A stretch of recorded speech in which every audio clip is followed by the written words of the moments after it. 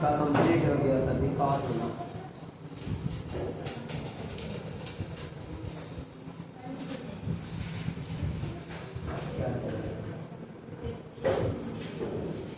तो इंडेक्स कौन लिखा है? इंडेक्स किसके पास है?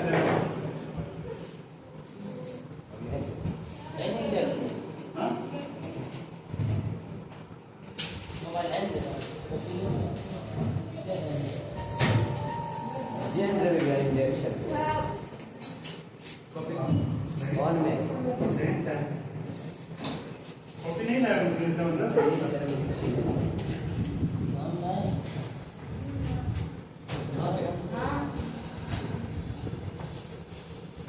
3 गो हो गया, चौथा अध्याय आगे राष्ट्रीय कांग्रेस क्या question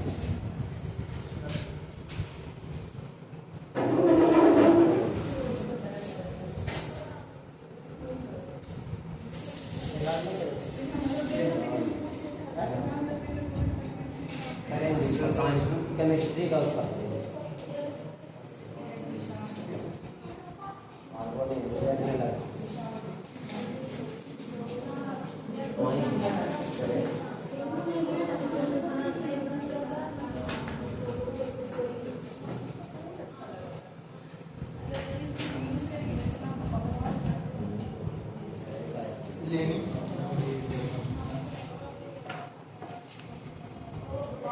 no sé, la compra, que se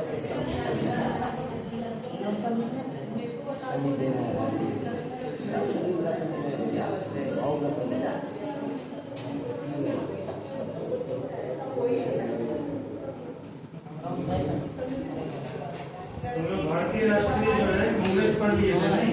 ऐसा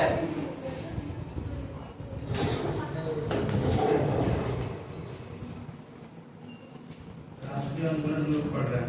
चलो आज हम लोग टॉपिक पढ़ेंगे राष्ट्रीय आंदोलन का प्रथम चरण। ठीक है, पहले कितना है? 21।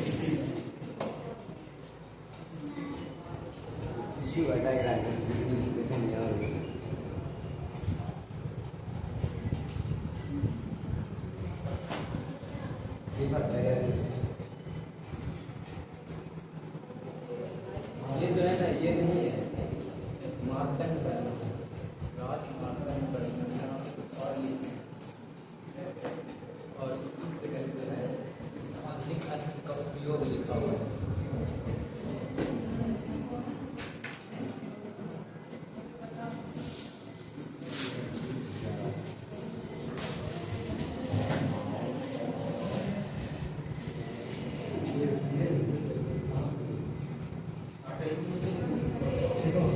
आज हम लोग जो हिस्ट्री पढ़ने वाले हैं उसमें हम लोग उससे आगे पढ़ेंगे।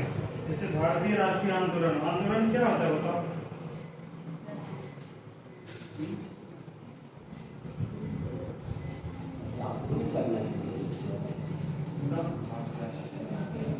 भारतीय राष्ट्रीय आंदोलन हम लोग पढ़ेंगे। अपने किसी कार्य को मनोमानी सही बोला। जनता बोलो सर, जनता अपने बातों को सरकार के सामने रखती है। आंदोलन कई प्रकार के होते हैं। आंदोलन को इंग्लिश में क्या बोलते हैं? मूवमेंट बोलते हैं। ठीक है, सामाजिक आंदोलन हो सकता है, राजनीतिक आंदोलन, आर्थिक आंदोलन, सांस्कृतिक आंदोलन, कई प्रकार के आंदोलन होते हैं। जैसे क्या है कि आंदोलन जैसे पढ़ते हैं सविनय अवज्ञा आंदोलन है ना, उसके बाद भारत छोड़ो आंदोलन, उसके बाद कई सारा चिपको आंदोलन पढ़े हो तुम? चिपको आंदोलन, चिपको आंदोलन क्या था? पेड़ से संरक्षण के लिए, पेड़ पौधे के संरक्षण के लिए सुंदरलाल बहुगुणा द्वारा किया गया है प्रयास, जो आगे चल के आंदोलन का रूप ले लिया। इसी को चिपको आंदोलन के रूप में जानते हैं ना। तो आंदोलन क्या होता है? आंदोलन एक प्रक्रिया है जिसके माध्यम से शासन को या प्रशासन को या अपने जो है प्रतिनिधि को क्या है कि अपने समस्या से अवगत करवाने के लिए, और वो समस्या बृहद रूप से समस्या हो, कोई छोटा मोटा समस्या नहीं हो, गंभीर समस्या हो, उससे अवगत करवाने के लिए उनकी नीतियों को क्या है क्रियान्वित बेहतर तरह से करवाने के लिए हम लोग आंदोलन करते हैं। ठीक है, तो संवैधानिक रूप से आंदोलन करते हैं। तो उस समय क्या था कि अंग्रेजों के आगमन के कारण से भारत का वस्तु स्थिति बहुत खराब हो गया। भारत में क्या है, अंग्रेज क्या है, उपनिवेश के माध्यम से हम लोग को गुलाम बना लिया। सब कुछ से हम लोग को क्या है कि शोषण करने लगे। उसके खिलाफ हम लोग क्या है कि भारतीय राष्ट्रीय आंदोलन का उदय हुआ, जिसको इसको क्या है, मुख्य रूप से 3 चरण में हम लोग देखते हैं पढ़ाई के दृष्टिकोण से। जैसे हम लोग इतिहास को 3 भागों में बांटे हैं उनको, प्राचीन भारत, मध्यकाल भारत, आधुनिक भारत, फिर इतिहास, है ना। तो हम लोग पढ़ाई के दृष्टिकोण से अलग अलग बांटे हैं। उसी तरह से आंदोलन का भी क्या होता है, चरण होता है, मतलब क्या है, हर एक सेक्टर में अलग अलग प्रकार का आंदोलन होता है। तो वही देखते हैं कि भारतीय राष्ट्रीय आंदोलन, मतलब आंदोलन क्या था, भारत को राष्ट्र बनाने में क्या है, आंदोलन का प्रक्रिया हुआ। इसी में क्या हुआ, कई सारे चरण हुए, इसमें कोई प्रथम चरण, द्वितीय चरण, तृतीय चरण, जो कि अलग अलग ड्यूरेशन हुआ। प्रथम चरण में हम लोग देखते हैं 1885 में क्या हुआ, भारतीय राष्ट्रीय कांग्रेस का उदय हुआ। तो यहाँ से लेकर 1905 के बंगाल विभाजन तक को क्या कहा जाता है, राष्ट्रीय आंदोलन का प्रथम चरण, first stage of national movement. और दूसरा क्या कहा जाता है, 1905 से 1919 जलियांवाला हत्याकांड हुआ, फिर आगे चलते हम लोग खिलाफत आंदोलन किए, फिर असहयोग आंदोलन 1920 में किए। तो ये क्या है, सेकेंड स्टेज ऑफ क्या, इंडियन नेशनल मूवमेंट, ठीक है। उसी तरह से तीसरा आंदोलन जो हुआ सबसे प्रमुख हुआ, वो क्या है कि थर्ड स्टेज ऑफ जो है इंडियन नेशनल मूवमेंट, इसका ड्यूरेशन ऑफ 1990 टू 1947। तो आज हम लोग इसी के बारे में पढ़ने वाले हैं, चर्चा करने वाले हैं कि भारतीय राष्ट्रीय आंदोलन क्या हुआ, जिसमें कि हम लोग पढ़ चुके हैं 1885 में क्या पढ़ चुके हैं, भारतीय राष्ट्रीय कांग्रेस का उदय हुआ। अब इससे आगे का चीज पढ़ेंगे। तो ये लिख के पहला हेडिंग देना, प्रथम चरण 1885 से 1905।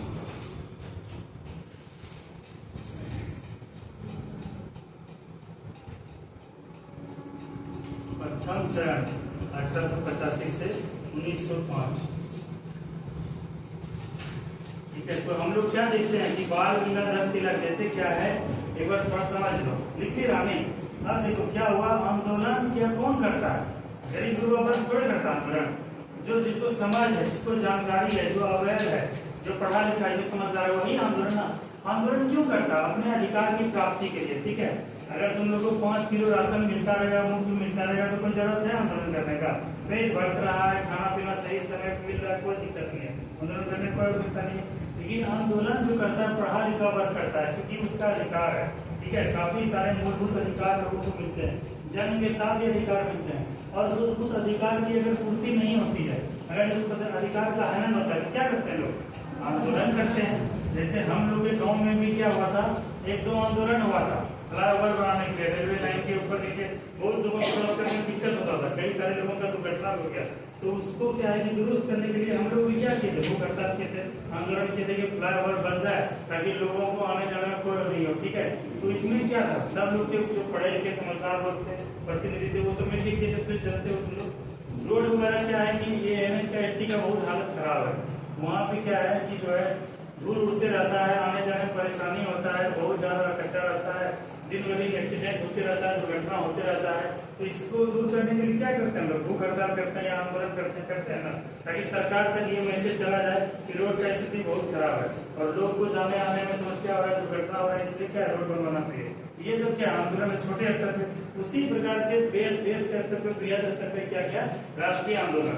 तो इसमें हम लोग देखते हैं कि 1885 में जैसे हम लोग देखे हैं कि 3 प्रेसिडेंसी था ब्रिटिश ड्यूरेशन में, कौन सा 3 प्रेसिडेंसी था, एक था कौन, बंगाल था, दूसरा कौन था, मद्रास था, तीसरा कौन था, बॉम्बे था, है ना, बॉम्बे।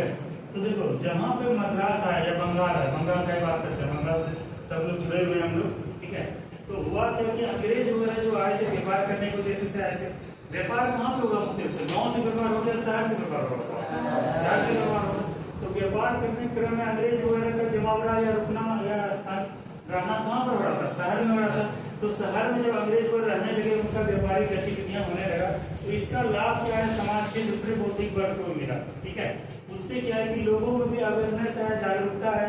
जैसे ये लोग अंग्रेजी में पढ़ाई करता था, अंग्रेजी में न्यूज़पेपर पढ़ता था, समाचार पढ़ता था, अंग्रेजी बोलचाल का भाषा प्रयोग करता था। तो धीरे धीरे इसके नीचे जो काम करने वाले थे, ठीक है, वो सब बौद्धिक वर्ग वाले थे। तो वहां से क्या हुआ, अंग्रेजी का विकास हुआ और शहरी वर्ग तक, मुख्य रूप से शहरी समाज या शहरी वर्ग का क्या है, शिक्षा का विकास हुआ, शिक्षा का प्रसार हुआ। आगे चलते देखते हैं, लॉर्ड मैकाले की नीति आया, ठीक है, फिर अंग्रेजी शिक्षा को अनिवार्य किया गया। इसके माध्यम से क्या हुआ कि लोगों में अवेयरनेस आया। ये अवेयरनेस कहाँ पाया, शहरी क्षेत्र तक में, ठीक है। और शहरी क्षेत्र में जब आया तो लोगों को लगा कि नहीं, मेरे साथ तो जैसे क्या है कि ये ब्रिटिश कंपनी कहाँ था, यूरोपीय था, ग्रुप में देखा कि काफी सारा अधिकार है, लेकिन भारत के लोगों का अधिकार दबाया जा रहा है, भारत के अधिकारों का हनन हो रहा है। तो यही सब जो वर्ग जो है, शिक्षित वर्ग जो थे, मुख्य रूप से शहरी वर्ग थे, ये जो जागरूक थे, पता है कैसे जागरूक है, सर में रहते रहते पढ़ाई करते करते संपर्क आते थे, जागरूक हो गए। फिर आगे चल के इनके बच्चे भी अच्छे से पढ़ाई कर रहे हैं, तो ये सब जागरूक हो गए। तो यही सब अपने अधिकारों की मांग के लिए काफी सारा क्रियाकलाप करने लगे। उसी क्रम में क्या होता है, भारतीय राष्ट्रीय आंदोलन का प्रथम चरण में 1885 का था, भारतीय राष्ट्रीय कांग्रेस का उदय होता है ना। तो ये सब चीज हम लोग देखते हैं। उसी में जैसे क्या है कि बाल गंगाधर तिलक क्या बोले थे, बाल गंगाधर तिलक याचना का, प्रार्थना का, ये सब का आरोप लगाया था किस पर, भारतीय राष्ट्रीय कांग्रेस, क्योंकि ये सब शहरी वर्ग थे। शहरी वर्ग तक क्या था कि ये लोग जो है कानूनी रूप से या वैध रूप से या संवैधानिक रूप से अपने अधिकारों को मानना चाहते थे। तो इस क्रम में क्या, इसको बोलते हैं उदारवादी चरण। क्या बोलते हैं, उदारवादी चरण, उदारवादी चरण। फिर जो है 1917 में जो है ये वाला पूरी तरह से गांधीवादी युग हो गया, गांधीवादी चरण। क्योंकि 17 में क्या हुआ, 1917 में चंपारण सत्याग्रह हो गया और भारत के आजादी तक गांधी जी थे, गांधीवादी चरण। और इस समय क्या हुआ, काफी सारा घटनाक्रम हुआ, ये सब चीज हुआ, इसको बोलते हैं उग्रवादी चरण। ठीक है, तो काफी चरणबद्ध रूप से हम लोग पढ़ाई करते हैं। तो आज हम लोग इसी बारे में पढ़ेंगे, प्रथम चरण। ठीक है, तो कुछ से लिखना स्टार्ट करो। देखो, भारतीय राष्ट्रीय कांग्रेस के उदय, भारतीय राष्ट्रीय कांग्रेस, बस थोड़ा सा हेडिंग लाइन समझाने के लिए और आगे बढ़े। भारतीय राष्ट्रीय कांग्रेस में 1885 से लेके 85 से लेके 1905 ईस्वी तक, 1905 ईस्वी तक, 1905 ईस्वी तक उदारवाद, 1905 ईस्वी तक उदारवादियों का वर्चस्व रहा। उदारवादी, लिबरल बोलते हैं इसको। ठीक है, लिबरल वगैरह जो काफी उदार होते हैं, तो उदारवादी यों का वर्चस्व रहा, वर्चस्व रहा। शुरुआती चरण में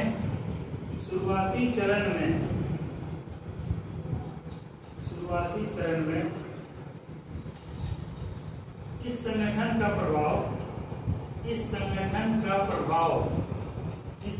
का प्रभाव शहरी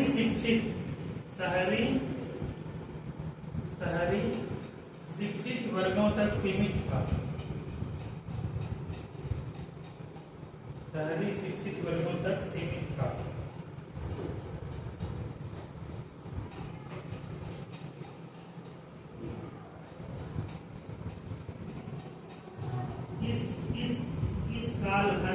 इस कालखंड में 1885 से 1905, इस कालखंड में परकोमा देखा आगे, यहाँ से लिखो, अगला पॉइंट से लिखो, अगला लाइन छोड़ के पैराग्राफ चेंज करके या पॉइंट करना। इस कालखंड में कांग्रेसी नेताओं को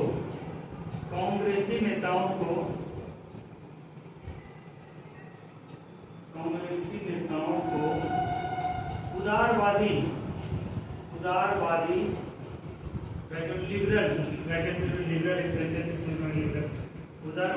इसलिए कहा जाता था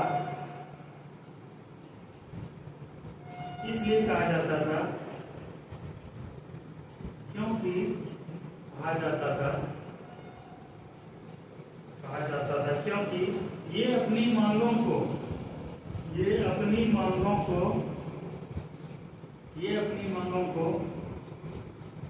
अनुनय विनय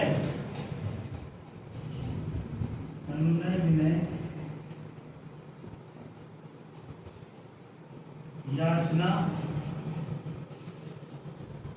पत्र पत्रिकाओं ये अनुनय विनय याचना पत्र पत्रिकाओं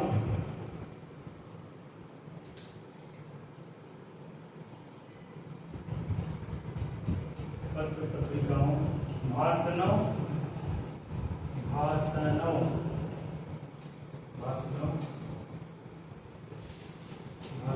आदि के माध्यम से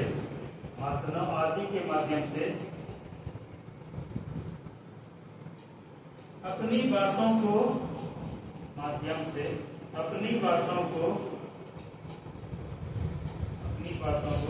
ब्रिटिश हुकूमत के सामने रखते थे। ब्रिटिश हुकूमत के सामने रखते थे। ब्रिटिश हुकूमत के सामने रखते थे। के सामने रखते थे। ठीक है, अब अगला पॉइंट लिखना। जैसे यहाँ पे ये हुआ फर्स्ट, ये सेकंड, यहाँ से मिलता है। एक लाइन छोड़ देना पड़ेगा, खराब आ सकता है। देखो इस कालखंड में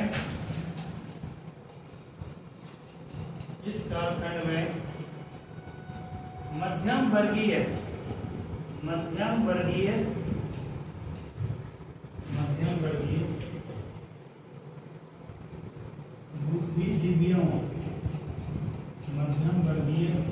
बुद्धिजीवियों में डॉक्टर, इंजीनियर, वकील, इस कालखंड में बुद्धिजीवियों में डॉक्टर, इंजीनियर, वकील, प्रोफेसर, लेखक, पत्रकार, वकील, प्रोफेसर, पत्रकार, लेखक, संपादक आदि शामिल थे।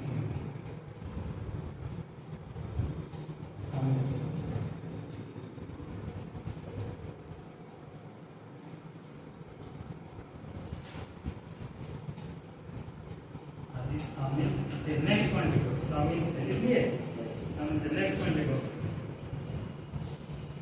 उदारवादी नेताओं में दादा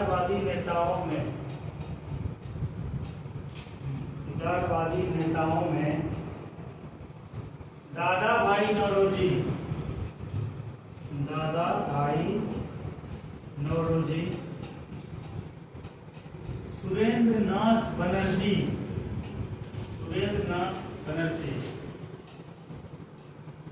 उदारवादी नेताओं में दादा भाई नौरोजी, सुरेंद्र नाथ बनर्जी, गोपाल कृष्ण गोखले,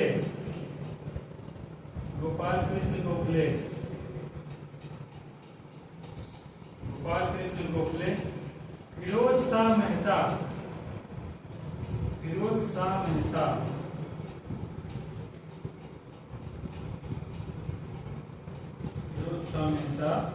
मदन मोहन मालवीय,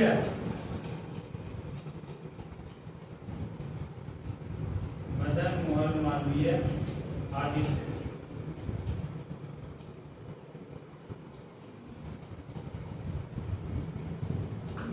मदन मोहन मालवीय आदि थे।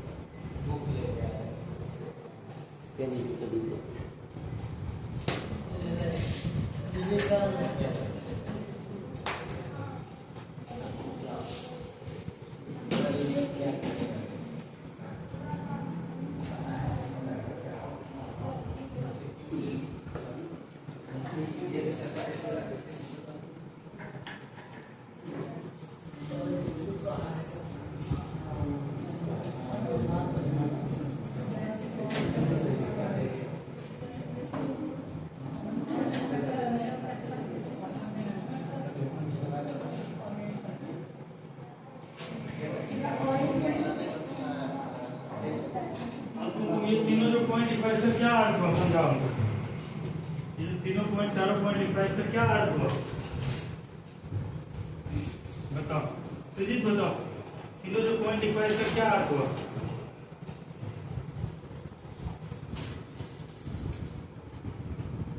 दीपक बताओ, इस तीनों पॉइंट का क्या अर्थ हुआ?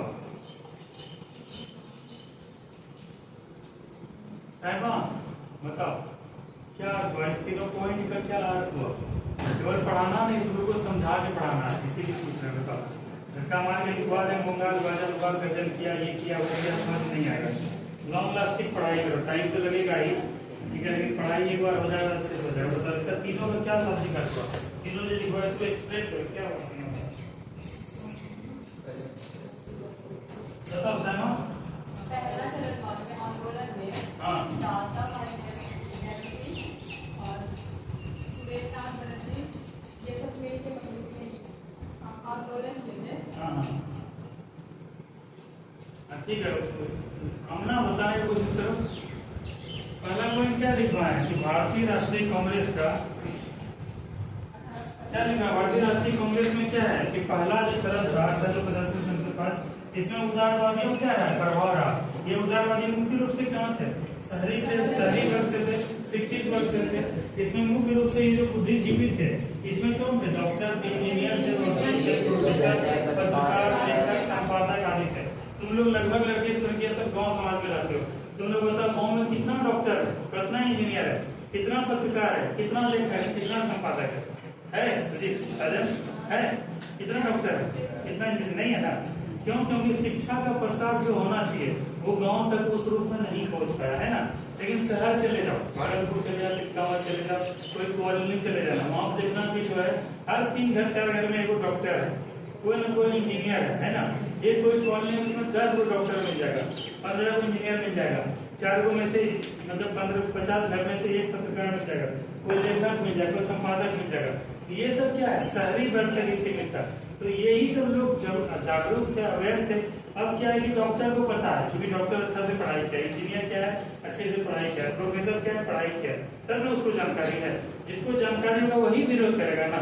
जैसे तुम लोग को पता नहीं कि क्या क्या हमारे स्टूडेंट के लिए, स्टूडेंट के हित में कौन कौन सा योजना आता है बिहार सरकार का, भारत सरकार का, तो तुम लोग को फर्क पड़ेगा नहीं पड़ेगा, कोई होगा नहीं होगा। लेकिन अगर तुमको जानकारी होगा कि किसान सम्मान निधि का अंतर्गत प्रति वर्ष जो है 6,000 रुपया आता है, जानते हो ना, आता है ना। तो तुम लोग अब जान गए तो उसको लेने के लिए कुछ ना कुछ प्रयास करोगे, खेत का कबाड़ा, रसीद वगैरह सब जमा करोगे, सब कुछ जमा करोगे, उसका आने लगेगा। तो ये सब चीज क्या होता है, अवेयरनेस की वजह से होता है, जागरूकता वजह से होता है।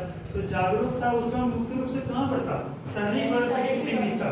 और इसमें कैसे कैसे लोग सब आते थे जो इस प्रकार के करते थे, इंजीनियर सब आते थे। और ये सब क्या करते थे, किस प्रकार से, तुम लोग देखते हो गाँव समाज का आदमी सब मारपीट कर लेता है, तुरंत मारपीट कर लेता है। लेकिन शहर का आदमी सब मारपीट नहीं करता है, कानूनी रूप से लड़ाई कर लेता है, ठीक है, कागज के माध्यम से कोई केस कर देता है, FIR करता है, जिंदगी भर चक्का चक्की लिखते रहते हैं। गाँव घर में क्या होता है, लाठी डंडा चलने लगता है, ये सब गाँव वाले पता नहीं है क्या होता है। अगर एक धारा लग दिया जाए तो क्या है, मर्डर अगर लगा दिया जाए तो आजीवन उसको क्या हो सकता है, कारावास हो सकता है ना। लेकिन गाँव को ये सब पता नहीं, लेकिन शहरी वर्ग को क्या है पता है। तो शहरी वर्ग कभी हिंसा के माध्यम से देखे हुए अपने मन को रखता है, मारपीट करके, गाँव पहले मारपीट रहता है। तो वहाँ पर क्या होता है, अनुनय विनय बोलता है, रिक्वेस्ट करता है, SP महोदय को, DM को रिक्वेस्ट करता है, कहता है कि हम लोग को जो है लॉ एंड ऑर्डर खराब हो रहा है, इस पे क्या है कि थोड़ा संज्ञान लीजिए, इसको बेहतर कीजिए। DM को बोलेगा या कोई जो प्रतिनिधि आएगा बोलेगा रोड नहीं आ रहा है, 50 वर्ग में सिग्नेचर करके दे दिया कि रोड नहीं है, इसका हम लोग को समस्या हो रहा है, कृपया रोड बनवाने की कृपा किया जाए, ठीक है, तो उसके दे देगा। वो सब क्या है, पत्र पत्रिका, अनुनय विनय, ठीक है, सभा समिति का आयोजन करके क्या है अपनी मांगों पर रखते हैं। इसीलिए इस कार्य का क्या कहा गया है, इसको उदारवादी चरण कहा गया, समझे। और इसमें कौन कौन आते हैं, फिरोज शाह मेहता, दादा भाई बनर्जी, ये सब कैसे नेता थे, उदारवादी। इस चीज को तुम लोग ध्यान रखना।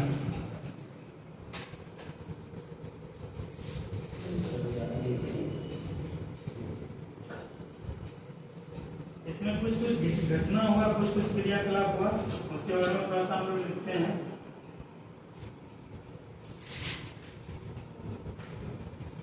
अगर लिखने में काफी समय लगेगा, हम लोग को इस तरह से नहीं लिखना, हम लोग को पॉइंट वाइज लिखना है।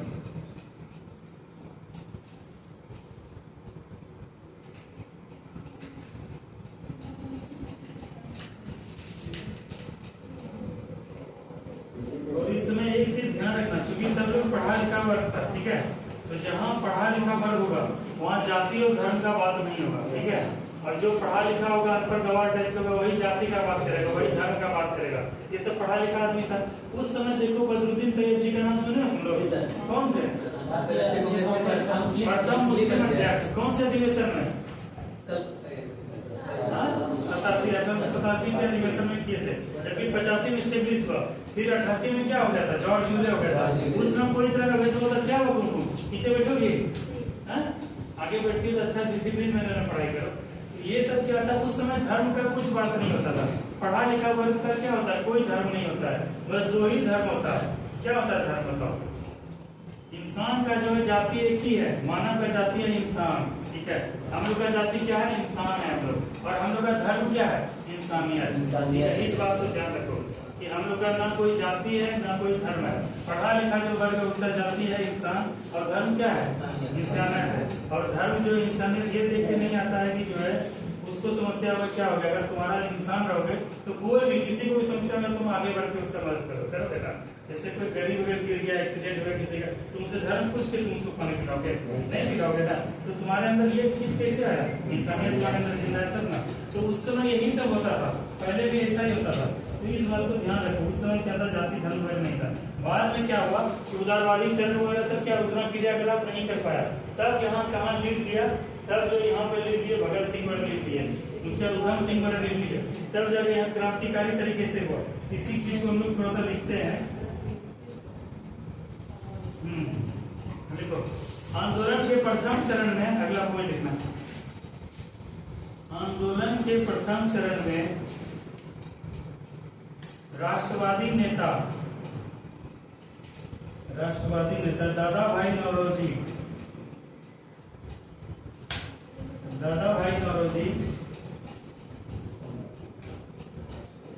राष्ट्रवादी नेता दादा भाई नौरोजी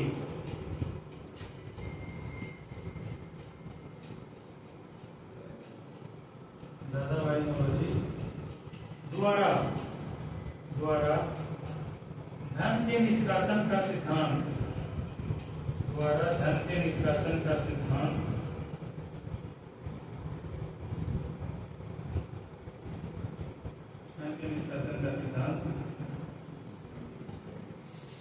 प्रस्तुत किया गया। यही बुक लिखवाई देने को, कौन सा बुक था, poverty and Britishers rule in India.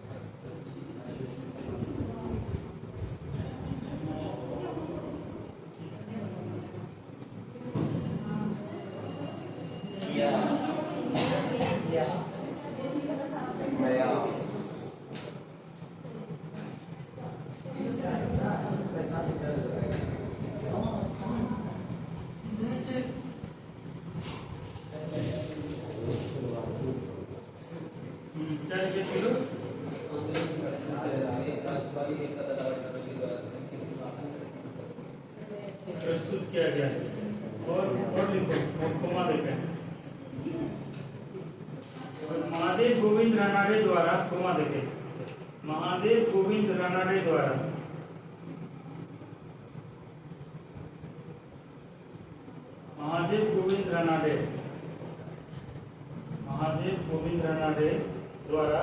भारतीयों को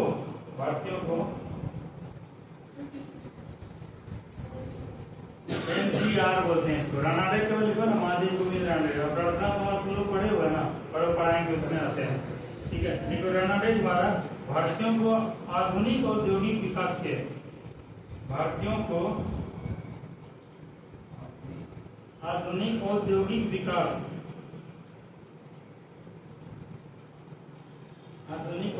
विकास के महत्व को समझाने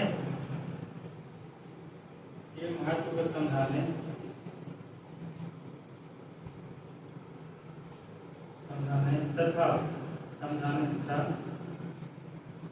रमेश चंद्र दत्त समझाने तथा रमेश चंद्र दत्त ब्रैकेट को सूचित RC दत्त द्वारा लिखी गई भारत का आर्थिक इतिहास, भारत का आर्थिक इतिहास, भारत का आर्थिक इतिहास प्रकाशित की गई।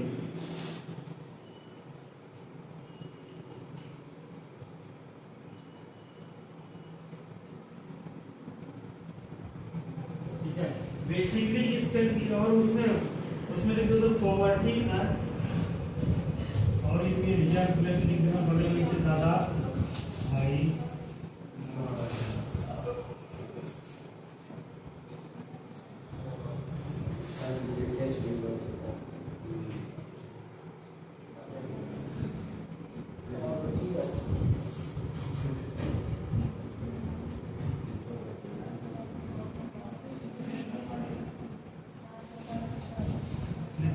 Poverty and practices in India प्रकाशित किया गया। इसी क्रम में इस समय क्या हो रहा था, केवल जो है किताबों के माध्यम से, पत्र पत्रिका के माध्यम से ये लोग आंदोलन करते थे।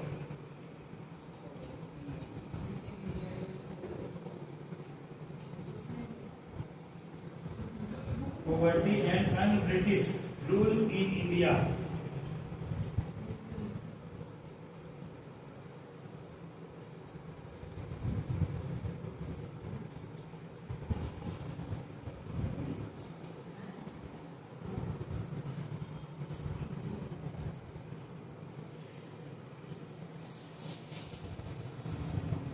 और उसमें लिखे थे ना भारत में, इसका बुक क्या लिखे थे, इकोनॉमिक हिस्ट्री ऑफ इंडिया। कौन लिखे थे? इकोनॉमिक हिस्ट्री ऑफ इंडिया कौन लिखे थे? ये दोनों बुक पूछा जाता है। एक ये पूछा था वीवीआई है, दूसरा कौन था? आरसी दत्त, रमेश चंद्र दत्त।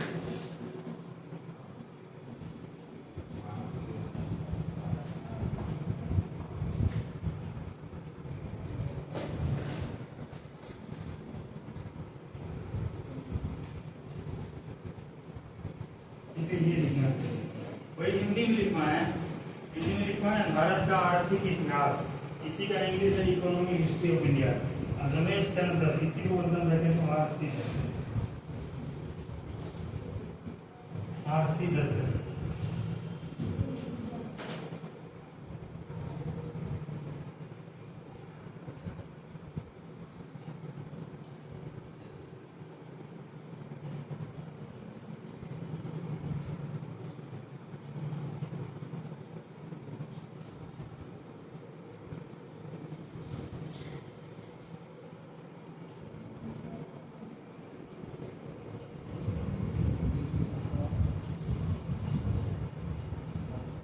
ठीक है, ये बेसिकली जो है फर्स्ट वाला उधर वाली चरण में इतना कुछ है, तुम लोग नहीं देना। ये दोनों पुस्तक का नाम लिखना है, याद रखना है। और समाज के बौद्धिक वर्ग द्वारा किया गया आंदोलन का, जिसमें क्या कांग्रेस की स्थापना से लेके अपने मांगों अधिकार को रखने की बात की गई थी। ठीक है, तो प्रथम चरण यही समाप्त हुआ। अब हम लोग पढ़ेंगे द्वितीय चरण। द्वितीय चरण बहुत इंपॉर्टेंट है। 1905 से 1919 में बहुत सारा घटनाक्रम क्या होता है भारत में घटित होता है, जिसमें सबसे इम्पोर्टेंट कौन सा है? बंगाल विभाजन। विद्या क्यों नहीं आती हो तुम? हम तो देखो अभी देखे कि क्यों आज आई हो। हाँ, कल क्यों नहीं आई तुम? तुम्हारे घर जाएंगे, तुम्हारा 5000 रुपया फीस है तुम्हारे की तरफ से, तब देखते हैं कैसे नहीं आती हो।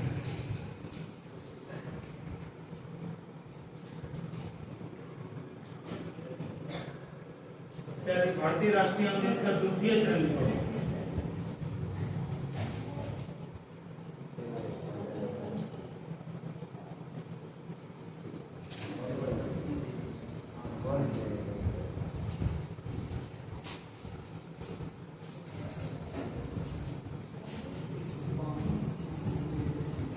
हमारा भाई बिहार में का फॉर्म भरा है कुछ? हाँ, दोनों भरा है, आता क्यों नहीं है?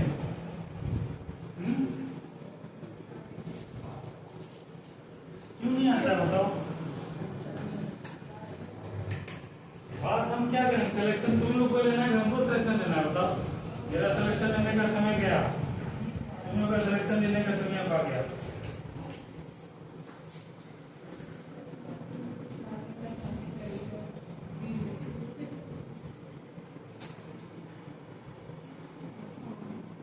ठीक है, इसमें थोड़ा सा लिखते हैं हम लोग। क्या पहले अंग्रेजों को सीखना।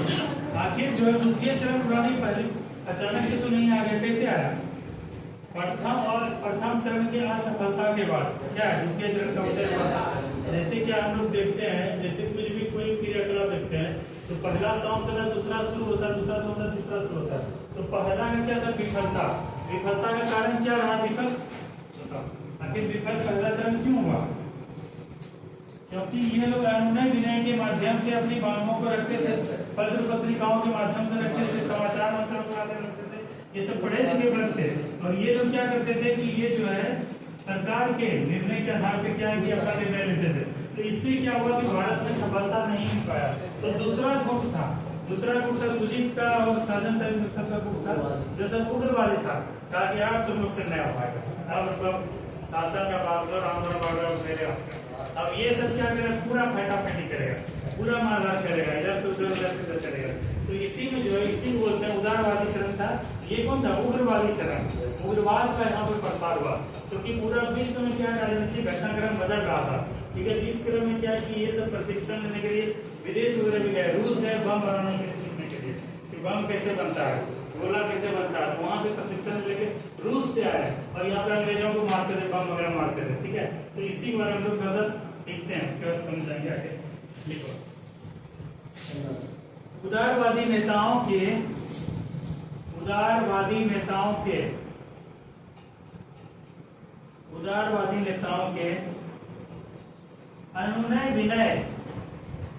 अनुनय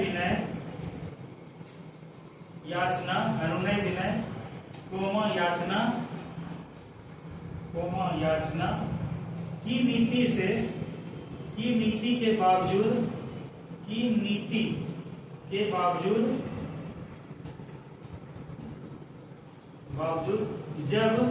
जब मूल रूप से कुछ हासिल नहीं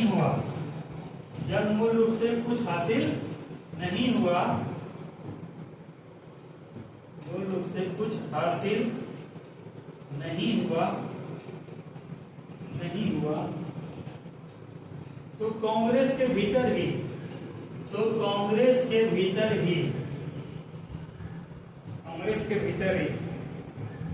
एक नए गुट का उदय हुआ,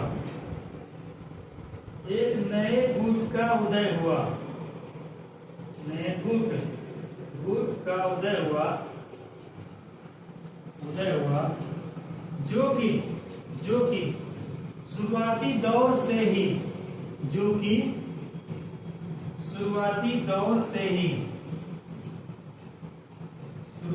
दौर से ही ये रो होता है, दौर।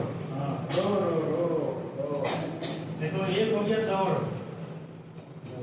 ठीक है, एक होता है दौर, ठीक है, एक होता है सन, एक होता है दोनों क्या है? प्रोनाउंसिएशन एक ही है ना, लेकिन क्या लिखने क्रम में अंतर होता है। एक होता है जाति, ठीक है, एक होता है जाति। क्या है अंतर? सब पर प्रोनाउंसिएशन एक ही है, मतलब वह पढ़ने जाती है, ठीक है। वहाँ क्या है? जाति, कहीं जाति है, कहीं कोई महिला है, फीमेल के लिए एक कोई है, वह इस जाति से बिलोंग करता है, ठीक है। वह जो है वह क्या संघर्ष के दौर से गुजर रहा है। मिथुन क्या है? संघर्ष के दौर से गुजर रहा है, आगे चल के उसके निश्चित रूप से सफलता मिलेगी, ठीक है। वह क्या है? सुबह शाम दौड़ रहा है, ठीक है, हो गया ना। जैसे बिहार पुलिस का, मिथुन का, दीपक का, अमना का, बिहार पुलिस का निकल गया है, पीटी निकल गया है, अब सुबह शाम ये सब दौड़ रहा है, समझ गया? ये क्या है? ये वाला दौड़ है। एक क्या है कि ही इज माई सन, ठीक है, क्या ही इज माई सन, वह मेरा बेटा है, ठीक है। और क्या है कि सन इज जो है क्या है कि सनराइज इन द ईस्ट, ठीक है, सूर्य क्या है? पूरब से उदय होता है, समझ गए? तो सारा चीज क्या है? लगभग एक ही समान है। ये सब तुम लोग को हिंदी इंग्लिश में भी देगा, ठीक है। शुद्ध वाक्यों का चयन करें, शुद्ध शब्दों का चयन करें, तो समझ लेना कि ये वाला जाति क्या होता है, किस क्लास से बिलोंग करते हो, किस क्लास से बिलोंग करते हो। ये फीमेल के लिए हुआ जाती है। ये दौड़ना होता है रनिंग, और ये क्या होता है? दौड़। मतलब क्या? ये जो चरण चल रहा है ये दौड़ है, हमारे पढ़ाई लिखाई का दौर, हमारे सीखने समझने का दौर, हमको जानने का दौर, हमको क्या डेली आने जाने का दौर, ये क्या है? दौर है, चक्र है, कालखंड है, ठीक है, ये कालखंड है। और ये कौन सा सन है? कौन सा सन है? ये सूर्य वाला सन। और ये वाला सन लिया? ठीक है, तो क्या लिखवाई दे रही है? उस दौर शुरुआती दौर से ही यह गुट उदारवादियों के खिलाफ था। उदारवादियों के खिलाफ था। उदारवादियों के खिलाफ था। खिलाफ था कोमा दो, खिलाफ था कोमा। यह गुट उग्रवादी या गरम दल कहलाया। या गरम दल कहलाया। ठीक है, समझ में आ गया?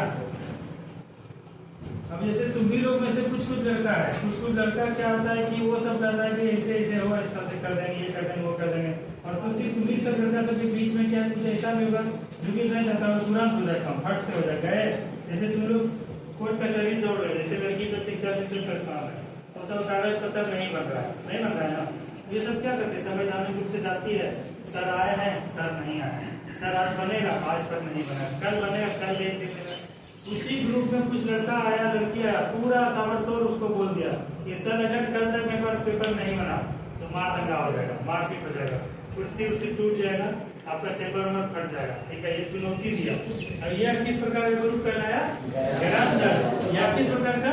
उग्रवादी। तो पहले उदारवादी से जब काम में, मुख्य रूप से इसका उद्देश्य क्या था?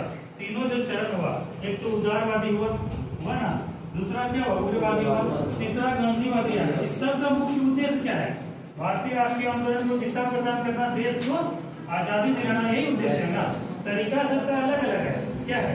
जैसे क्या है कि जैसे हम लोग का भी काम है, जैसे क्या अपने घर परिवार को मजबूत करना, कोई कर रहा है किसानी करके मजबूत कर रहा है, कोई मजदूरी करके कर रहा है, कोई पढ़ लिख के कर रहा है, कोई बिजनेस करके कर रहा है। क्या ना मुख्य उद्देश्य क्या है? अपने परिवार को सशक्त करना, अपने परिवार को आर्थिक रूप से मजबूत करना। पैसे के दृष्टिकोण से यही है ना। और पैसा के दृष्टिकोण से धीरे धीरे राजनीतिक हो जाएगा, सामाजिक हो जाएगा, आर्थिक हो जाएगा। तो उद्देश्य क्या था? सबको देश का आजादी। ठीक है, और तरीका क्या था? अलग अलग तरीका था। यही तरीके के बारे में लोग क्या है पढ़ रहे हैं। ठीक है, लिखो इस गुट के अगला पॉइंट देते। अगला पॉइंट, इस गुट के नेताओं में अब जानना जरूरी है ना। जैसे उसमें दादा भाई नौरोजी जाने, गोपाल कृष्ण गोखले जाने, WC बनर्जी जाने, सुरेश नवलखा जाने, आखिर जो वो सब क्या था? याचना भी नहीं करता था। लेकिन इसमें कौन कौन से नेता है जो कि इस प्रकार के क्रियाकलाप करते थे? देखो क्या लिखे, इस गुट के नेताओं में लाल बाल पाल। देखो लाल बाल पाल,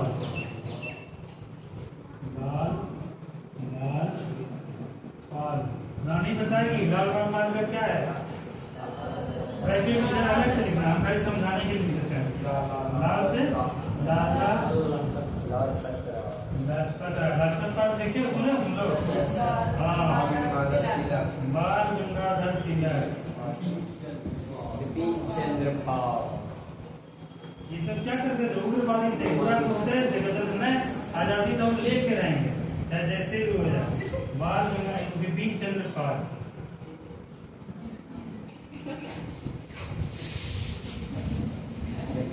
ठीक है, देखो इसको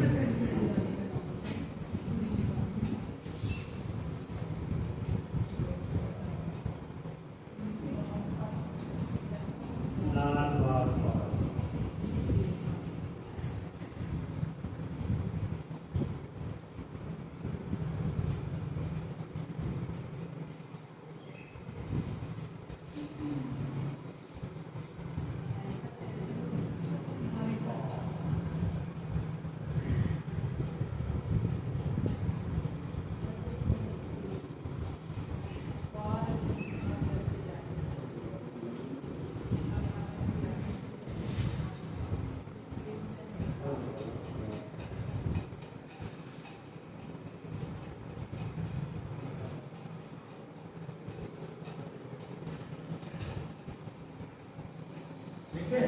और तथा अरविंद घोष आदि थे।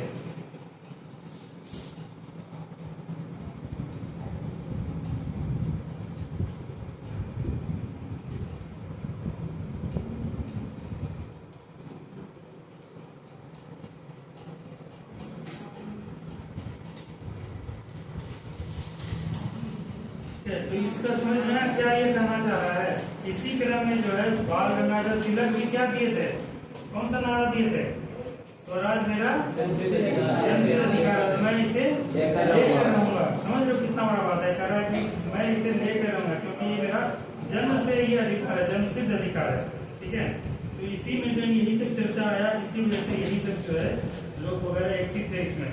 तो हम लोग इसके बारे में थोड़ा सा ज्यादा नहीं पढ़ेंगे, ज्यादा जानेंगे तो फिर गड़बड़ हो जाएगा, सिलेबस से तुम लोग भटक जाओगे क्योंकि यूपीएससी का इतना बड़ा टॉपिक है। लेकिन इसमें थोड़ा सा 2-3 को पॉइंट लिख लो, आगे फिर हम लोग पढ़ेंगे बंगाल विभाजन की ओर।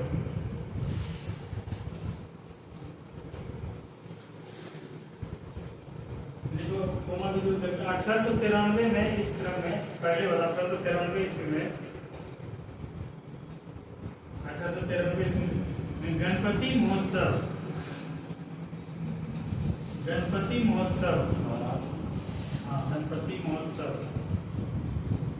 1895 में नीचे में 1895 में शिवाजी महोत्सव ठीक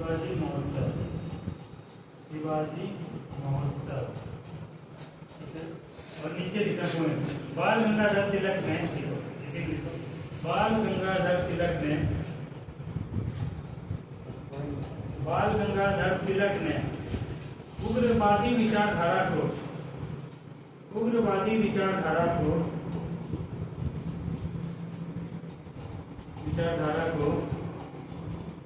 समर्थन प्राप्त करने के लिए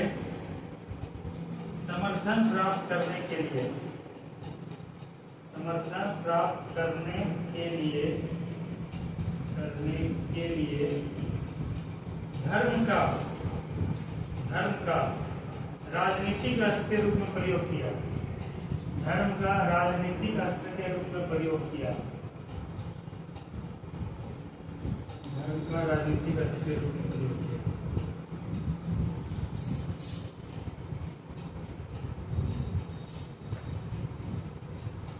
ठीक है, अगला पॉइंट है। इसका मतलब तुम लोग समझे, क्या समझे? धर्म का राजनीतिक अस्त्र के रूप में प्रयोग किया, इसका क्या मतलब हुआ? क्या मतलब हुआ इसका? बताओ, बोलो गलत है जो समझते हो। दिल्ली में तुम कितना साल रहे हो? 2 साल रहे। इसमें से कितना दिल्ली गया है? गया कोई दिल्ली नहीं गया, लेकिन तुम दिल्ली में 2 साल रहे, वहाँ कुछ सीखे जाने ना, खाली घर में सोते थे। लॉकडाउन में गए थे, वहीं पर लग गया, उसके पहले के दिन लग गया था। इसका क्या मतलब है? एक बार तुम समझा दिए, मिथुन समझा सकता। मिथुन क्या इसका मतलब हुआ? और तिलक जैसे धर्म के आधार पर, जैसे कि गणपति महोत्सव और शिवाजी महोत्सव का, उसी के आधार पर उसमें धर्म में आकर के सभी को एकजुट करने का प्रयास किया। जैसे देखो, जैसे क्या है कि अगर शिवाजी महोत्सव होगा, शिवाजी के बारे में लोग पढ़ाएंगे, मराठा महान शासक हुए, उनका नाम अभी भी हमारे महाराष्ट्र कभी जाने का मौका मिलेगा तो इज्जत से हुआ, सब ऑटो वगैरह में सब शिवाजी का तस्वीर में लगा होता है। तो शिवाजी क्या है, केवल एक धर्म से बिलोंग नहीं करते थे, सभी को मानते थे, सभी को जन्म करते थे। तो शिवाजी के नाम के बैनर तले बोला शिवाजी महोत्सव होगा, तो जितने लोग शिवाजी को मानते थे सब लोग क्या इकट्ठा हुए। ठीक है, इकट्ठा हुए। उसमें क्या है, कोई जाति कोई धर्म से मतलब नहीं, शिवाजी के नाम पे सब लोग इकट्ठा हुए। अब इसमें क्या है कि क्रांति का सब में लहर फूक दिया गया।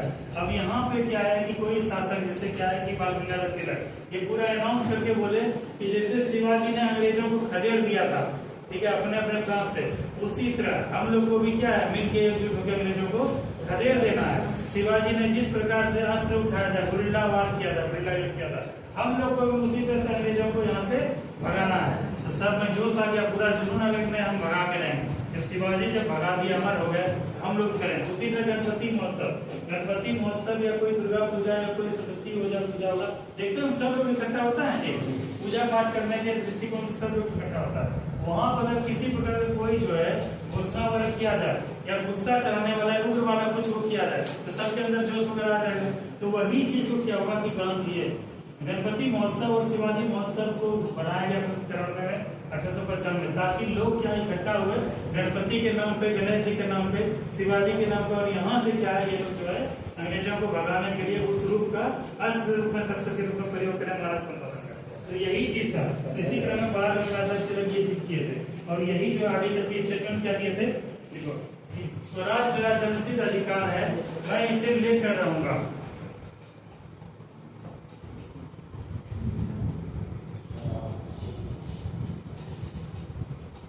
इसी क्रम में तिलक ने कहा था स्वराज मेरा जन्मसिद्ध अधिकार है और मैं इसे लेकर रहूंगा।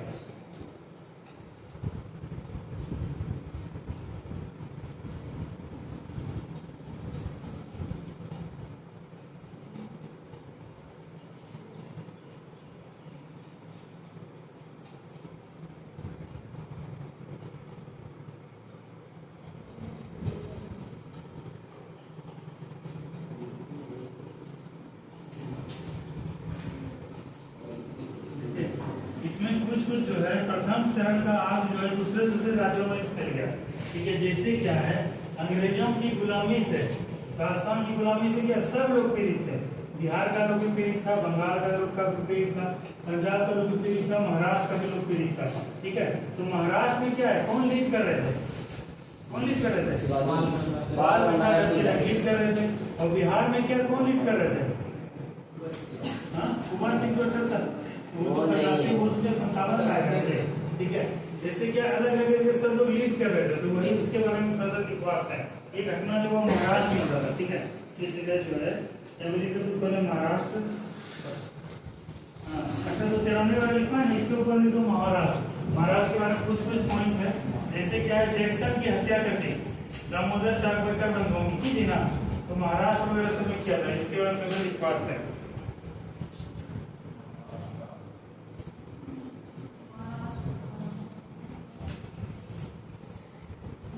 इसमें पॉइंट फटफट लिखते जाओ। दामोदर तथा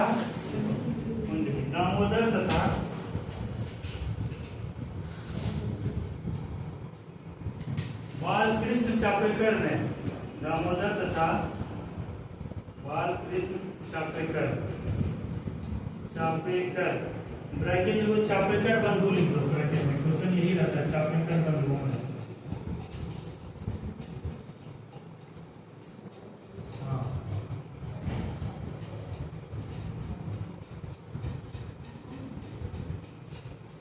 क्या लिखे थे, बाल गंगाधर तिलक, ये दामोदर तथा बालकृष्ण चापेकर ने पुणे के प्लेग कमिश्नर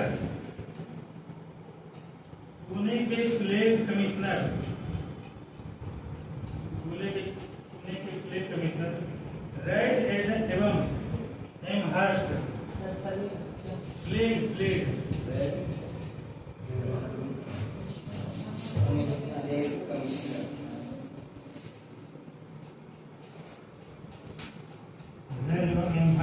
की हत्या कर दी।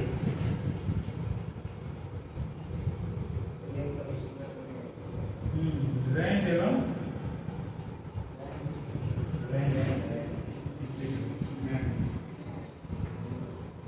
एमहर्स्ट की हत्या कर दी।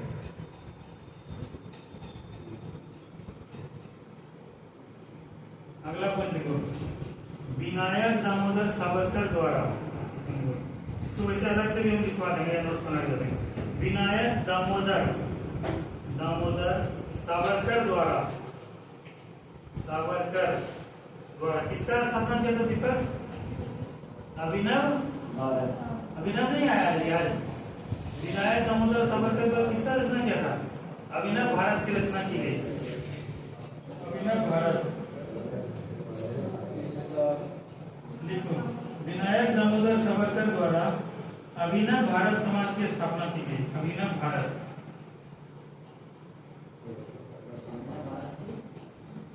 स्थापना की गई, अभिनव भारत संस्थान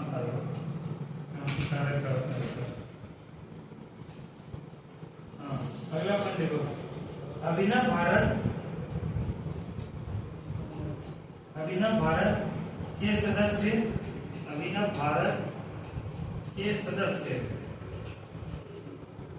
अनंत लक्ष्मण कन्हेरे।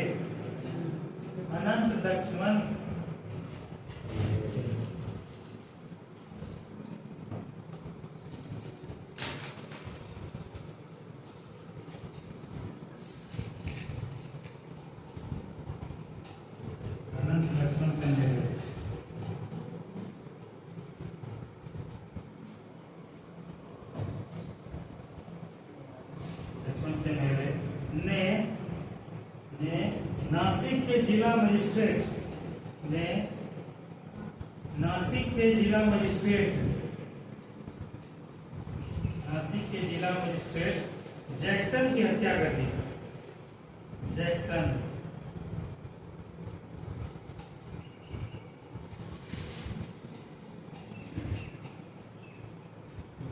की हत्या कर दी। ठीक है, ये हत्या कर दी। ठीक है, अगला लिखो पंजाब। जैसे महाराष्ट्र के ना वैसे लिखो पंजाब। पंजाब में नहीं कर पाएंगे।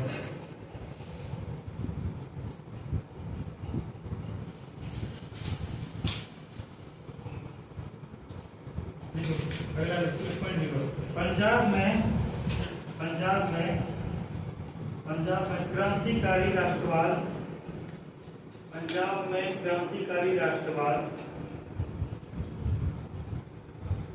का उदय बार बार पड़ने वाले अकाल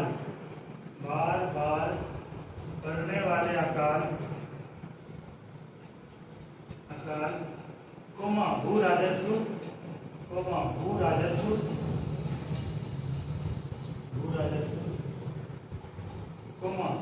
सिंचाई करों में वृद्धि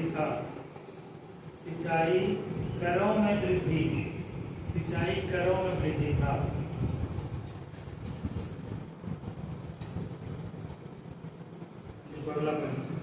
पंजाब में मुख्य रूप से अगला पॉइंट है इसी पंजाब के अंदर ही अगला पॉइंट है। पंजाब में मुख्य रूप से अजीत सिंह और जो दिल्ली का तो मुख्य रूप से अजीत सिंह, लाला लाजपत राय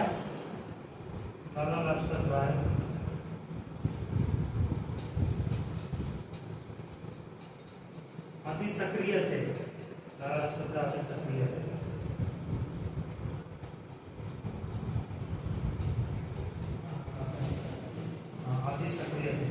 अब हम लोग थोड़ा सा लिखते हैं बंगाल विभाजन। ठीक है, उसके बाद भारत के बाहर क्रांतिकारी गतिविधि को उसको लिखो।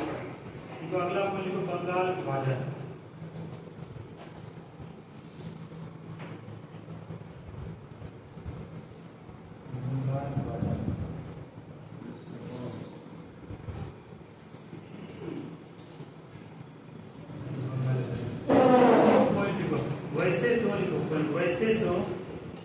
वैसे तो बंगाल में क्रांतिकारी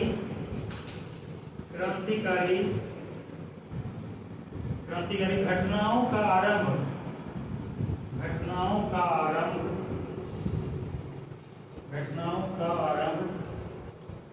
बंगाल विभाजन से माना जाता है। बंगाल विभाजन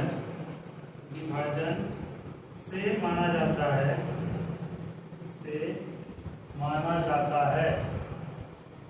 किंतु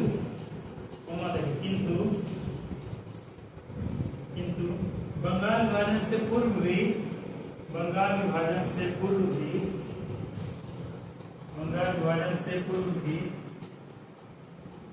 कुछ क्रांतिकारी घटना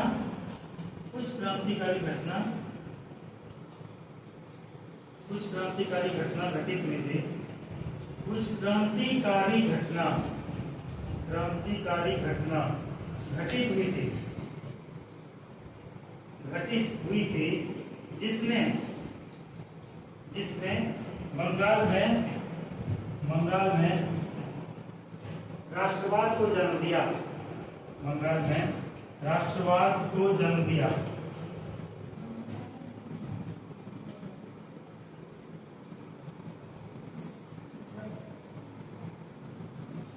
अब इसमें पॉइंट कुछ संगठन का गठन हुआ था। ठीक है, उसके बाद देखते हैं फिर बंगाल विभाजन पर। देखो अगला पॉइंट देखो, अनुशीलन समिति, वेरी वेरी इंपॉर्टेंट। अनुशीलन समिति का स्थापना कौन किया था मित्रों, बताओ? अनुशीलन समिति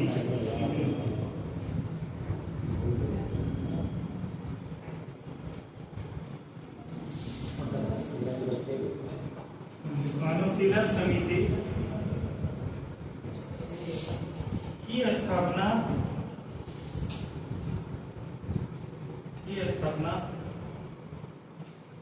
मिदनापुर में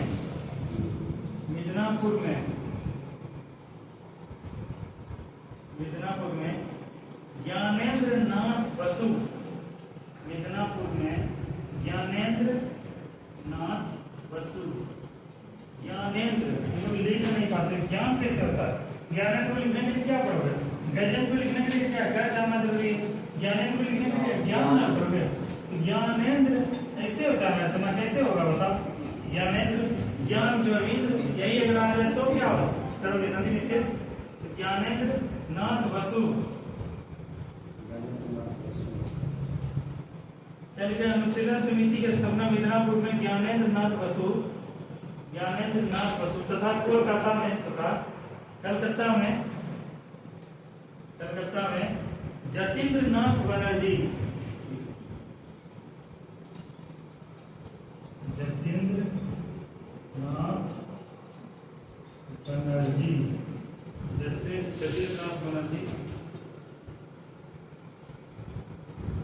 और वारेंद्र घोष द्वारा की गई थी।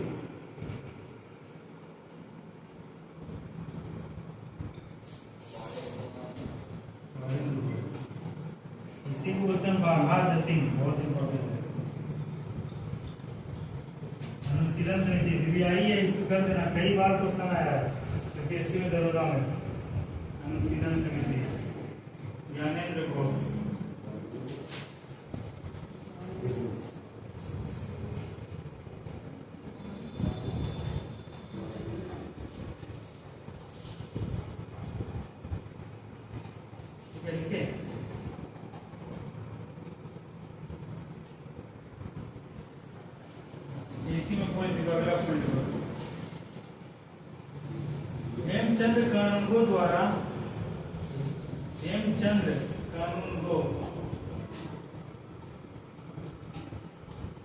हेमचंद्र कानूनगो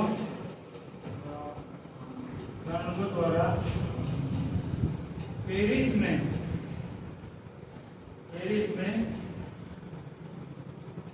सैन्य प्रशिक्षण प्राप्त किया। पेरिस में सैन्य प्रशिक्षण ऐसे होता है ना। आगे में जब बैठे तो बढ़िया से एकदम लिखो प्रशिक्षण से ही बनता है प्रशिक्षु, है ना। तुम लोग जब दरोगा बन जाओगे, बिहार पुलिस बन जाओगे, तो 3 साल क्या रहेगा? 3 ईयर प्रोविजनल पीरियड रहेगा।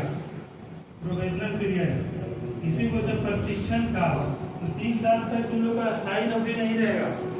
तुम अगर कोई घटना करते हो, कुछ भी करते हो, तो नौकरी जा सकता है। इसीलिए जो बिहार पुलिस वगैरह बनेगा 3 साल तक अलर्ट रहना, दोनों बाबू बंद करना, 3 साल के बाद चलता बनेगा। ठीक है, इसे पेरिस में जैसे किया था, सीखने के लिए क्या था? सिखाने 3 साल तक शांत रहना, जो दुश्मन से वो रखिए टारगेट में, वो सबको भाव गया करते रहा। उसके बाद जब पावर है, पावर का सही कर रहा है। ठीक है, क्या लिखे? प्रशिक्षण प्राप्त किया। ठीक है, और आगे चलकर लिखो, और आगे चलकर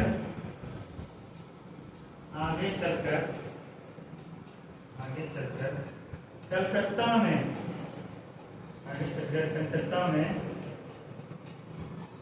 मानिकतल्ला में कलकत्ता के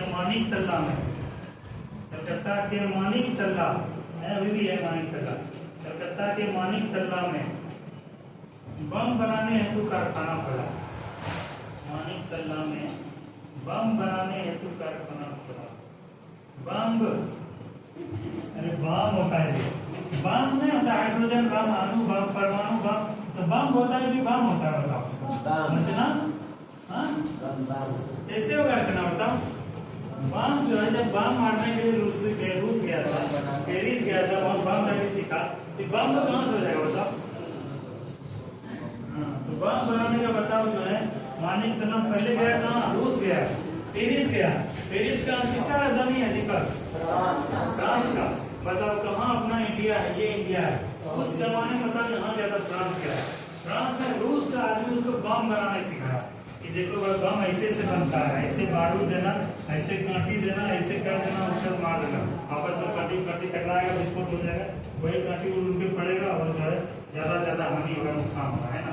तो वहाँ पे सिखाया बम बनाने के लिए। तो वहाँ से इंडिया आया फिर वापस, और इंडिया में आके क्या मानिक तल्ला एक जगह है, वहाँ बम बनाने का कारखाना खोला।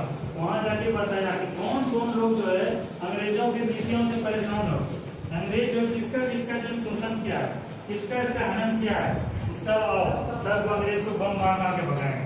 तो वही मानिक तल्ला बम बनाने का कारखाना खोला और बहुत बम बारी किया था। बाद में इसको गिरफ्तार कर दिया गया, फांसी दे दिया गया। तो ये सब मतलब प्रयास उस समय के लोग सब करते थे, इतना राष्ट्रवाद का उदय हुआ था। ठीक है, अगला पॉइंट लिखो।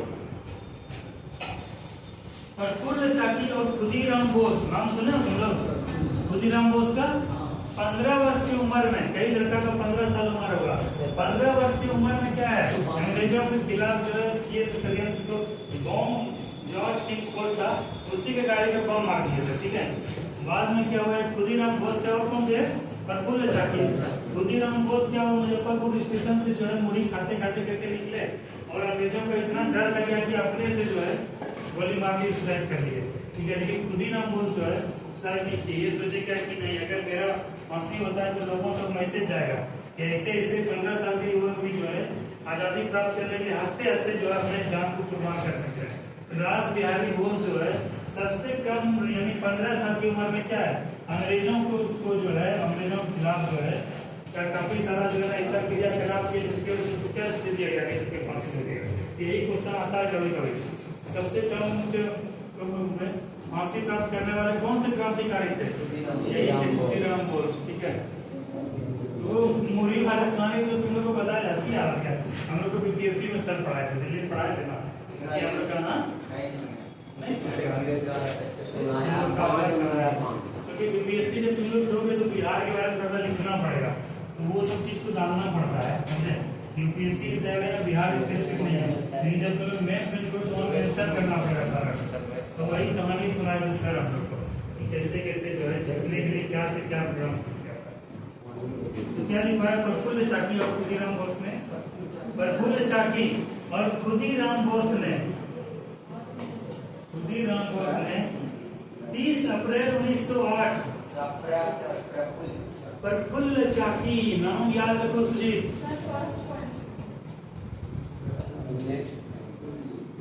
प्रफुल्ल चाकी और खुदीराम बोस ने 30 अप्रैल 1908 को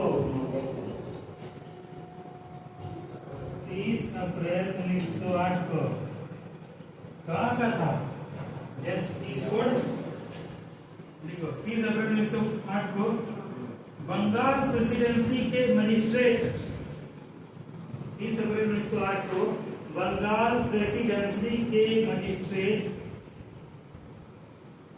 बंगाल प्रेसिडेंसी के मजिस्ट्रेट किंग्सफोर्ड, बंगाल प्रेसिडेंसी के मजिस्ट्रेट किंग्सफोर्ड सर आ रहे हैं,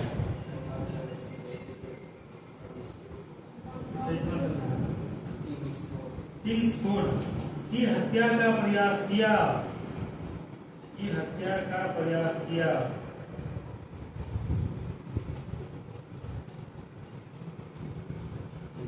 की हत्या का प्रयास किया।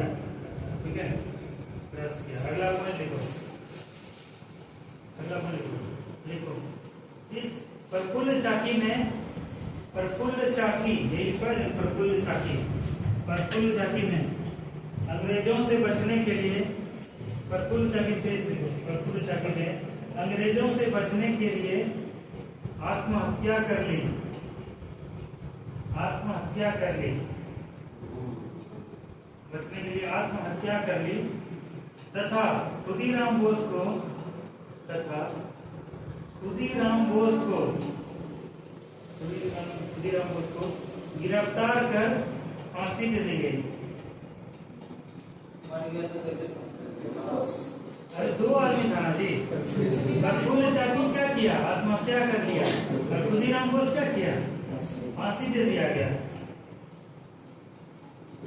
ठीक है, सबसे कम उम्र में फांसी पाने वाले जो है क्रांतिकारी, सबसे कम उम्र में फांसी पाने वाले क्रांतिकारी 15 वर्ष की उम्र में फांसी पर। तुम लोग किसी का 15 साल हो रहा है जी? हाँ? 16 साल तुम्हारा कितना हो रहा है? 15 साल। बताओ 15 साल का मासूम उम्र होता है, इतना कम उसमें समझ होता है, उसमें बताओ कैसा आग लगाता है। एक तो 13 साल का ध्रुव कुमार था जो कटिहार में जो है अंग्रेजों के खिलाफ बगावत किया, 13 साल की उम्र, बताओ उसको फांसी दे दिया ऐसा। तो ऐसा बताओ अंग्रेज हम लोग घटना क्या था, मतलब 15 साल की मासूम उम्र में फांसी देके दिया गया था। क्या है इसमें गिरफ्तार करके फांसी दे दिया गया। ठीक है,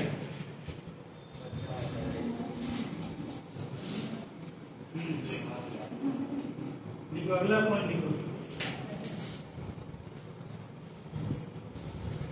अलीपुर षड्यंत्र केस में, अलीपुर षड्यंत्र केस में,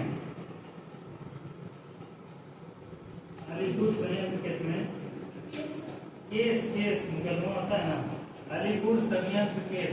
ये क्या चल रहा है हमारे मतलब अभी जो इतना मार दंगा का भाग हो रहा है, तो किसी को बम फेंक रहा है, कोई आत्महत्या कर रहा है, कोई फांसी हो रहा है, उदारवादी चरण में कुछ हुआ था ऐसा? नहीं हुआ था ना, क्योंकि वहाँ क्या था, आधार क्या था, पत्र था, पत्रिका था, याचना था, अखबार था, समाचार था ना। इसके माध्यम से हम लोग क्या करते थे, अपने बातों को, अपने मामों को रखते थे किसके पास, अंग्रेजों के खिलाफ। और वो चरण क्या करता, उदारवादी, ठीक है, लिबरल वगैरह था, काफी था। लेकिन द्वितीय चरण में जाते ही देख रही हो कि जो है कोई प्रशिक्षण लेने कहीं जा रहा है, कोई बम बना रहा है, किसी को फांसी दे रहा है, कोई किसी की गाड़ी उड़ा रहा है, तो ये वाले में खाली मारदार हुआ। तो भारत में क्या है कि 2 प्रकार के घटनाक्रम हम लोग देख लेंगे, अभी नहीं अक्सर बताएंगे। पहला क्या है कि एक तो क्या है कि प्रेम से मांगे भाई, प्रेम से क्या किया, नहीं दिया प्रभावित। दूसरे क्या, बम वगैरह मार के दिए, तब क्या मिला, आजादी नहीं मिला। तब गांधी जी का पदार्पण होता है 1917 चंपारण से। तब गांधी जी जो ऐसा दिमाग से खेले भारत को आजादी दिला कर ही माना, समझे। और सबसे लंबा लड़ाई, इसीलिए तीसरा जन्म क्या होता है, गांधीवादी युग, ठीक है। सत्य अहिंसा कहता है, सत्य जो है क्या होता है, सत्य परेशान हो सकता है मगर पराजित नहीं, समझे। इस बात को तुम लोग ध्यान रखना, सत्य को परेशान किया जा सकता है लेकिन पराजित नहीं किया सकता है। इसीलिए गांधी जी जो है कहते थे, एक घर पे जो है कोई मारे दूसरा घर पे मारो भाई, जितना मारना मारो, ठीक है। एक दिन अपने थक जाओगे मारते मारते, और हम वैसे को वैसे रह जाएंगे। तो क्या हुआ था ये फिर गांधीवादी चरण का लगभग पढ़ाई। ये क्या पढ़ाया था, अलीपुर षड्यंत्र केस में बारिंद्रनाथ, हाँ, अलीपुर षड्यंत्र केस में बारिंद्रनाथ तथा अरविंद घोष शामिल थे। अरविंद घोष शामिल थे।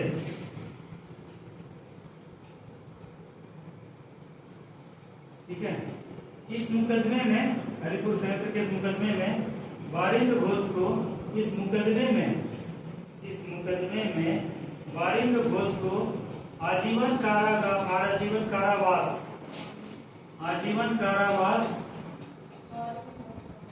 बारिंद्र घोष को आजीवन कारावास तथा अरविंद घोष को साक्ष्य के अभाव में छोड़ दिया गया। तथा अरविंद घोष को नहीं लिख पाई, कहां तक लिखे, बारिंद्र घोष तथा अरविंद घोष शामिल थे, 2 कलम क्या लिखा है, उसके बाद शामिल थे साक्ष्य के लिए। इस मुकदमे में बारिंद्र घोष को आजीवन कारावास दिया गया। और साक्ष्य के अभाव में, साक्ष्य क्या होता है, सबूत, साक्ष्य के अभाव में अरविंद घोष को छोड़ दिया गया। ठीक है, तो छोड़ दिया गया। यही अरविंद घोष आगे चलते चले गए थे पौंडीचेरी, अरविंद आश्रम का रास्ता है, इस बात को ध्यान रखें। और क्या है इसमें, 2 पॉइंट है, 2 पॉइंट।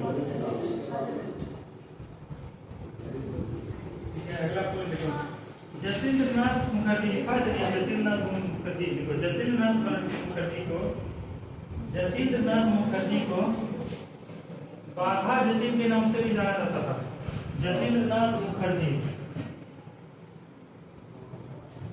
जतीन्द्रनाथ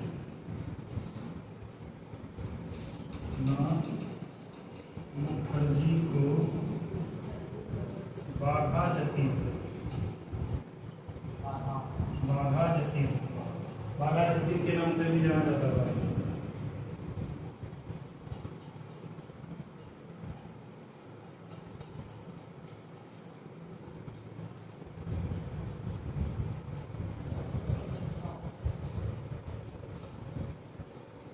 अरविंद उसके बारे में तुम लोग घर सुन लेना, इतना सा चीज आगे चल के क्या है, आतंकवादी क्रियाकलाप से हट गए थे और पांडिचेरी चले गए थे, सन्यासी जो है तैक्टर नदी का निर्माण कर रहे थे, अरविंद आश्रम का स्थापना किया। अगला पॉइंट देखो, बंगाल के एक क्रांतिकारी रास बिहारी बोस, बंगाल के एक क्रांतिकारी रास बिहारी बोस, रास बिहारी बोस, ठीक है, ने 1911 में 1911 बंगाल विभाजन हुआ था, 1912 लिखा, 1912 हाँ 1912 क्या बोल दो पॉइंट बोलना, तो रास बिहारी बोस ने 1912 में राजधानी परिवर्तन के समय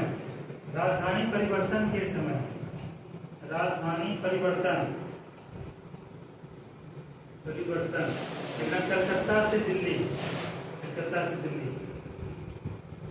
के समय, कलकत्ता से दिल्ली राजधानी परिवर्तन के समय लॉर्ड हार्डिंग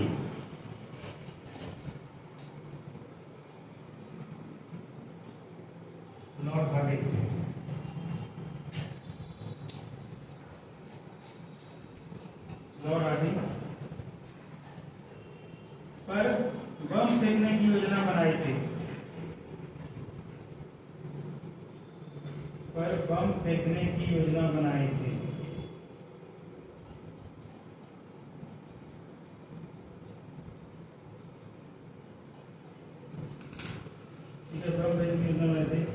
ऐसी कोई लेना, गिरफ्तारी से बचने के लिए बोस जापान चले गए,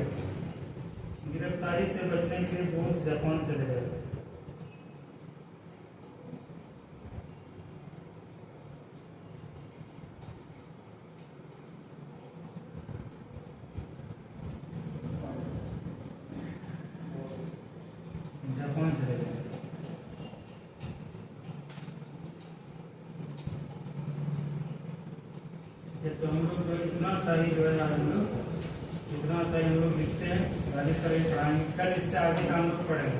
चल हम लोग क्या पढ़ेंगे, पहले बंगाल विभाजन को पढ़ेंगे, क्योंकि बंगाल कर रहे हैं 1905 से आगे से चलेंगे, ठीक है। उसके बाद हम लोग पढ़ेंगे भारत के बाहर जो है क्रांतिकारी गतिविधियां,